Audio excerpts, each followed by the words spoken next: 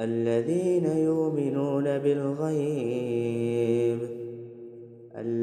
يؤمنون بالغيب ويقيمون الصلاة ومما رزقناهم ينفقون والذين يؤمنون بما أنزل إليك وما أنزل من قبلك وبالآخرة هم يوقنون أولئك على هدى من ربهم وأولئك